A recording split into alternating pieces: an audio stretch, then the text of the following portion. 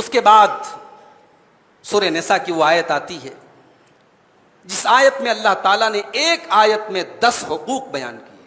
اللہ اکبر. ایک آیت ہے اور 10 حقوق بیان کیے گئے.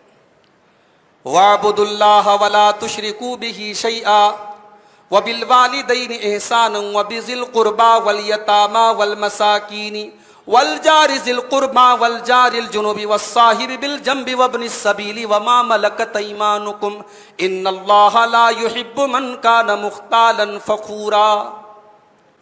یہ 10 باتیں ہیں. اللہ کی عبادت کرو, اللہ کے ساتھ کسی کو شریک نہ کرو. وَبِالْوَالِدَيْنِ إِحْسَانًا, اور اپنے ماں باپ کے ساتھ اچھا سلوک کرو. وَبِذِي الْقُرْبَى, اور رشتہ داروں کے ساتھ بھی اچھا سلوک کرو.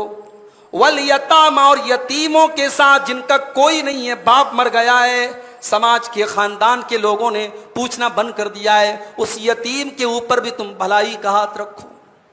والمساکین, اور غریب اور مسکین لوگ ہیں, فقیر لوگ ہیں, محتاج لوگ ہیں, سماج کے وہ لوگ ہیں جو ضرورت مند لوگ ہیں, تم ان کا بھی خیال رکھو. والجار ذی القربى, اور اپنے اس پڑوسی کا بھی خیال رکھو جو پڑوسی بھی اور تمہارا رشتہ دار بھی ہے. والجار الجنوبی, اور اس پڑوسی کے ساتھ بھی تم بھلائی کرو جو پڑوسی تو ہے مگر رشتہ دار نہیں ہے, دور کا اجنبی ہے تمہارا.